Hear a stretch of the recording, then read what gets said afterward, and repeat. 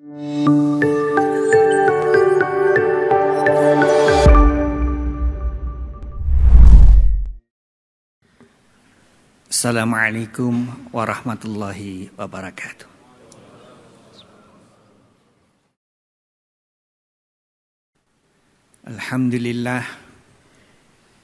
Alhamdulillahi rabbil alamin. Asyhadu an la ilaha illallah wa asyhadu anna Muhammadar Rasulullah. Wassalatu wassalamu ala asrofil anbiya'i wal mursalin wa ala alihi washabihi ajmain. Wa qala Allah ta'ala fil Qur'anil Karim, a'udzu billahi minasyaitonir rajim. Ya ayyuhalladzina amanu taqullaha haqqa tuqatih wa la tamutunna illa wa antum muslimun. Wa qala Allah ta'ala fil Qur'anil Karim aidan, a'udzu billahi minasyaitonir rajim. Tsumma sawwahu wa nafakha fihi min ruhihi wa ja'ala lakumus sam'a wal absara wal af'idah. Qalilan ma tashkurun. Jamaah rahimakumullah, setelah manjatkan puji kehadirat Allah Subhanahu wa taala Rabbul alamin, marilah kita tegaskan kembali kesaksian kita bahwa tiada ilah yang patut kita puja dan sembah, tempat kita bergantung, tempat kita memohon, tempat kita meminta, tempat kita memuja kecuali Allah Subhanahu wa taala. Dan kita tegaskan kembali kesaksian kita, janji kita bahwa Muhammad adalah Rasulnya, adalah utusannya yang hidup dan kehidupannya merupakan suri teladan yang terbaik bagi kita. Kita kirimkan salam dan sholawat kita kepada beliau sebagai ungkapan rasa terima kasih dan syukur kita. Allah telah berkenan mengirimnya dan beliau menyampaikan amanahnya kepada kita semua sehingga kita mengenal Allah dengan lebih baik. Salam dan sholawat kita kirimkan kepada beliau oleh karena itu. Juga kepada keluarganya, kepada para sahabat dan para pengikutnya yang setia hingga akhir zaman dan moga-moga kita termasuk di dalamnya. Selanjutnya khatib berwasiat khususnya untuk dirinya sendiri agar senantiasa meningkatkan kualitas ketaatan, ketakwaannya kepada Allah Subhanahu wa taala dalam bentuk berusaha dari waktu ke waktu untuk memperbaiki ketaatan untuk melaksanakan perintahnya, ketaatan untuk menjauhi segala larangannya. Dan moga-moga kita diperkenankan karena itu, pada saat kita pulang, pada saat pintu kematian terbuka, kita dapat mengakhiri perjalanan hidup kita yang sementara ini dengan husnul khatimah. Dan moga-moga pada saatnya nanti Allah berkenan memberikan salam kepada kita, salamun qaulam mir rabbir rahim, pada saat pintu jannahnya terbuka. Jamaah rahimakumullah, dalam sejumlah ayat di Al-Quran, kita mengetahui tentang proses-proses penciptaan diri kita, penciptaan manusia. Seperti di surat Al-Mu'minun, yang artinya dan sungguh kami telah menciptakan manusia dari saripati berasal dari tanah, kemudian kami menjadikannya air mani yang disimpan dalam tempat yang kokoh. Kemudian air mani itu kami jadikan sesuatu yang melekat. Lalu sesuatu yang melekat itu kami jadikan segumpal daging. Dan segumpal daging itu kami jadikan tulang belulang. Lalu tulang belulang itu kami bungkus dengan daging. Dan kemudian kami menjadikannya makhluk yang berbentuk lain. Maha suci Allah, pencipta yang paling baik. Kemudian tadi saya bacakan dari surat As-Sajdah. Kemudian dia menyempurnakannya dan meniupkan ruhnya ke dalam tubuhnya. Dan dia menjadikan pendengaran, penglihatan, dan hati bagimu. Tetapi sedikit sekali kamu bersyukur. Demikianlah Allah Subhanahu wa taala berkehendak dalam menciptakan manusia melalui proses evolutif menuju ke kesempurnaan. Baik sebagai individu maupun sebagai spesies. Di rahim ibu semuanya disediakan oleh bunda. Lalu terlahir kita sebagai bayi yang masih sangat rentan, belum bisa mandiri. Dan demikian kita berproses, akhirnya menjadi seperti kita. Proses penyempurnaan baik dari fisikal, jiwa, psikologi, rohani, proses menuju kesempurnaan. Kemudian dalam perjalanan jasad mulai melemah, moga-moga ruhiyah semakin sempurna. Sampai dibuka pintu kematian dan kita mengalami proses selanjutnya yang tidak kita ketahui. Proses penyempurnaan ini terus berjalan. Sampai puncak kesempurnaan pada saat kita diizinkan menatap wajah Allah di surganya dan bertemu dengan Kanjeng Nabi. Organ-organ tubuh juga berproses menuju ke kesempurnaan, fisikal maupun fungsinya. Demikian pula dengan otak dan inteligensia, baik secara individu maupun bersama-sama. Wujud kesempurnaan dari proses bersama itu adalah terlahirkannya peradaban. Dengan kompleksitas dalam perjalanan sejarah, makin lama tentu makin kompleks. Jadi juga ada pertumbuhan kesempurnaan dari spesies atau masyarakat. Mungkin saat ini dalam perjalanan sejarah yang panjang,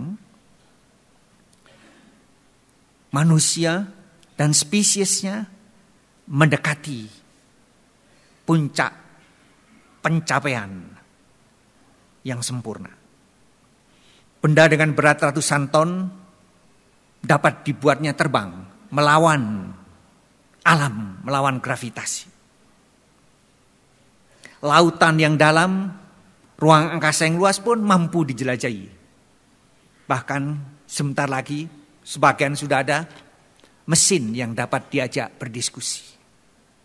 Mesin yang dapat membantu kita menulis artikel dan mempersiapkan khotbah.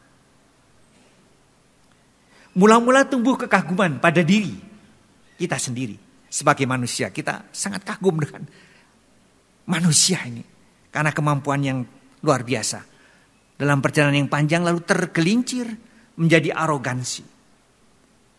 Karena dengan proses evolusi yang panjang itu alam bisa dikuak total. Dimanfaatkan. Bahkan ditaklukkan. Diciptakan mesin-mesin baru. Dan hidup menjadi semakin nyaman. Lalu melangkah lebih jauh lagi merasa tidak perlu ada intervensi dari luar dirinya. Karena terbukti dalam perjalanan sejarahnya, manusia menjadi spesies paling dominan di alam semesta ini. Tidak perlu ada intervensi, cukup kemampuan fasilitas yang ada pada dirinya untuk menaklukkan segalanya. Oleh karena itu, tidak perlu lagi kitab suci dan pada akhirnya tidak diperlukan Tuhan. Badan ini milik saya, sepenuhnya hak saya untuk menggunakan, mau diapakan terserah sepenuhnya pada saya. Mau disandingkan dan dinikahkan dengan makhluk sejenis, boleh-boleh saja. Itu hak saya. Cukup fasilitas yang saya miliki, terbukti telah membawa kepada peradaban yang penuh dengan keajaiban. Inilah asal-usul individualisme. Roh dari liberalisme. Yang saat ini menjadi ideologi dunia. Yang mendunia didukung oleh kekuatan besar. Untuk dipaksakan kepada siapa saja agar mengikutinya. Semua negara-negara hampir gentar menghadapi tekanan ini. Menghancurkan sendi-sendi nilai-nilai yang semula dianggap luhur. Tergerus oleh tekanan hebat.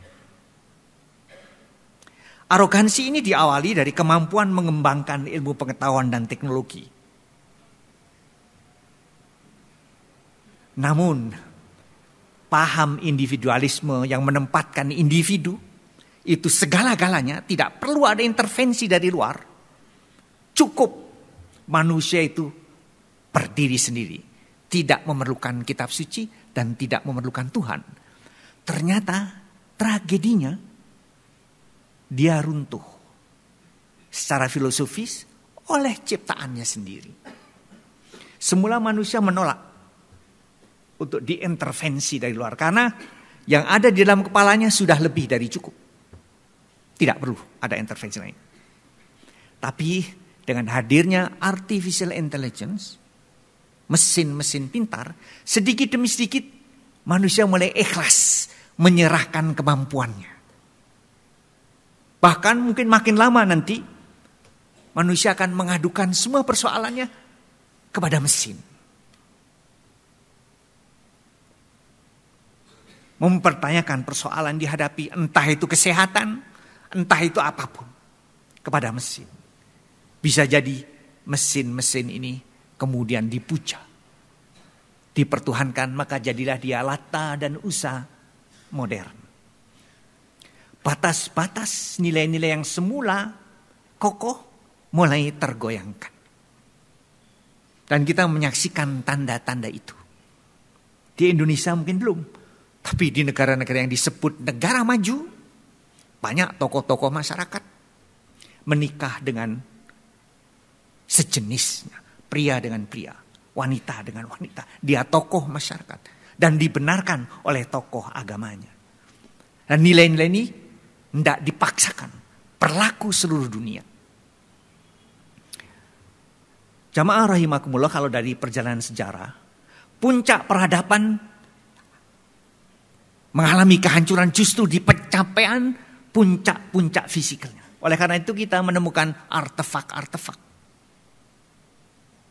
Batas-batas yang sudah ditentukan dilanggarnya.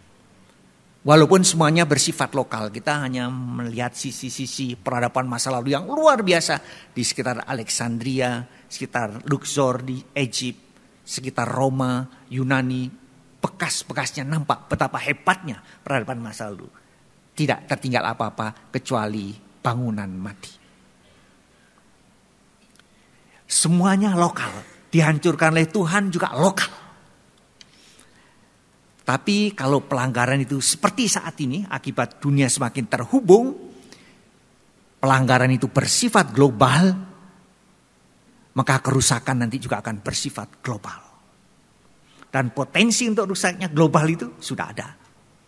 Tinggal manusia bisa menyelamatkan atau tidak kecenderungan perusakan global itu. Kalau China dan Amerika jadi berbenturan dan peluru kendali berhulu ledak nuklir dilepas, mungkin akan ada 1.000, 2.000, 3.000 bom nuklir meledak di muka bumi.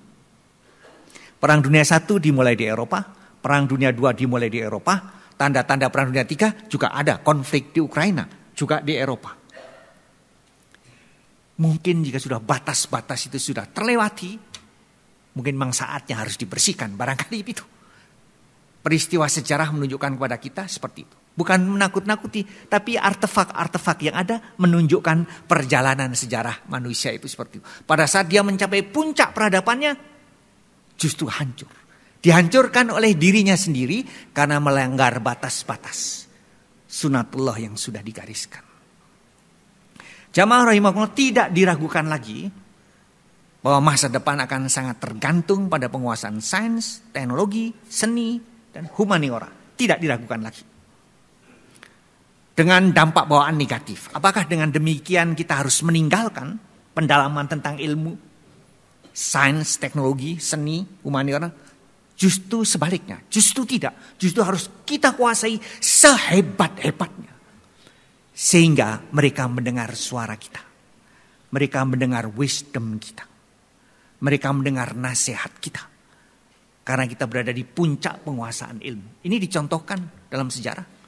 Pada saat masyarakat itu mengagumi ilmu-ilmu kesehatan, dipuja-puja, maka dikirim Isa alaihissalam, bahkan dengan kemampuan mengobati orang buta dan menghidupkan kembali orang mati.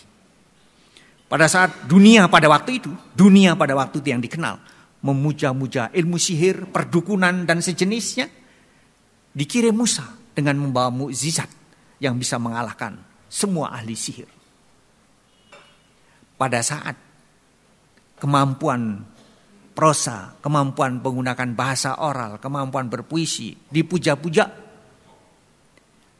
Allah menurunkan mukjizat Al-Quranul Karim dengan bahasa prosa puitis yang sangat sempurna. Pada saat dunia memuja-muja sains, teknologi, seni, humaniora dan sejenisnya, sudah sewajarnya, sepatutnya dan seharusnya umat Islam menguasai itu pula sehingga suaranya didengar.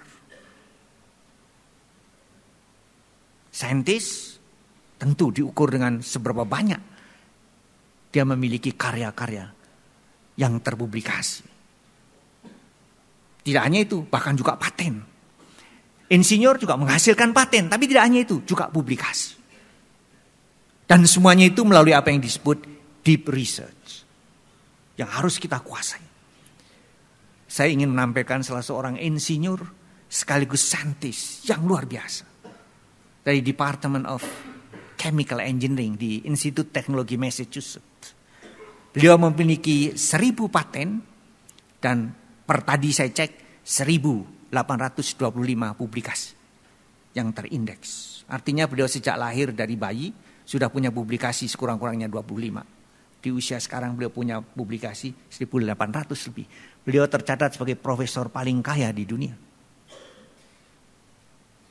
Kekayaannya dari satu saham patennya saja yang digunakan untuk mendirikan perusahaan masuk dalam Forbes dengan nilai 1,1 miliar dolar Amerika Serikat. Nama beliau adalah Profesor Robert Langle. Mungkin dia bisa menjadi patron kita di dalam dunia modern untuk penguasaan ilmu sehingga suara kita nanti didengar.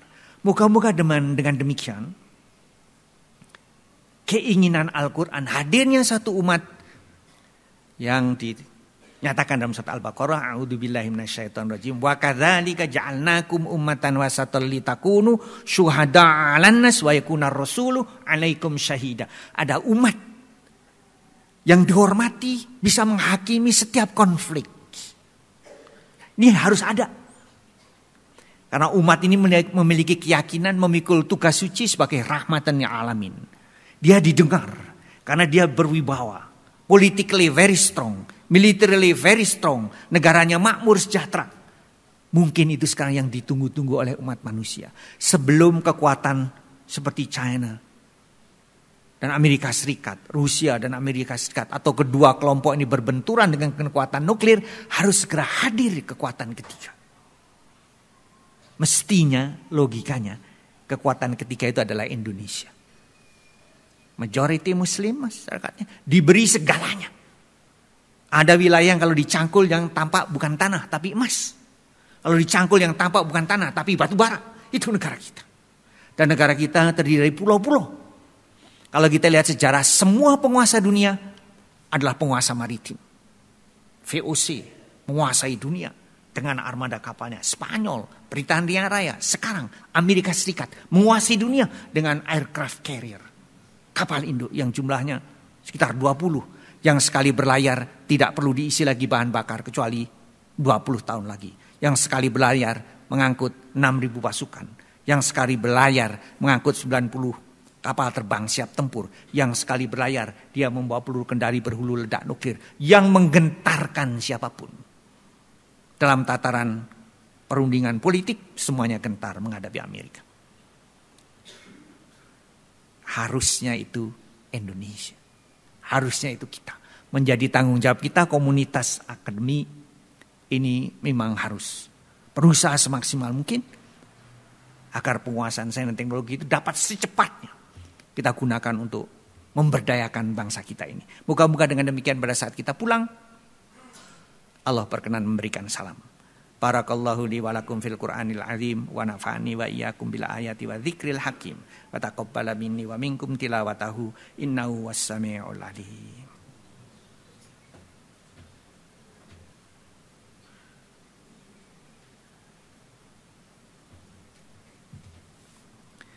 Alhamdulillahilladzi ja'ala taqwa libasas shalihin. Asyhadu an la ilaha illallah wahdahu la syarikalah al-malikul haqqul mubin. Asyhadu anna Muhammadan abduhu wa rasuluhu sayyidul awwalin wal akhirin. Wa qala Allah ta'ala fil Qur'anil Karim, a'udzu billahi minasyaitonir rajim. Innallaha wa malaikatahu yusholluna 'alan nabi ya ayyuhalladzina amanu shallu 'alaihi wa sallimu taslima. Allahumma salli wa sallim wa barik ala Muhammad wa ala alihi wa ashabihi ajma'in. Wardallahu ma'an ashabihi Abi Bakri wa Umar wa Utsman wa Ali wa ala sairi ashabi nabiyyika ajma'in wa anit tabi'ina wa tabi'ina wa man tabi'ahum bi ihsanin ila yaumiddin.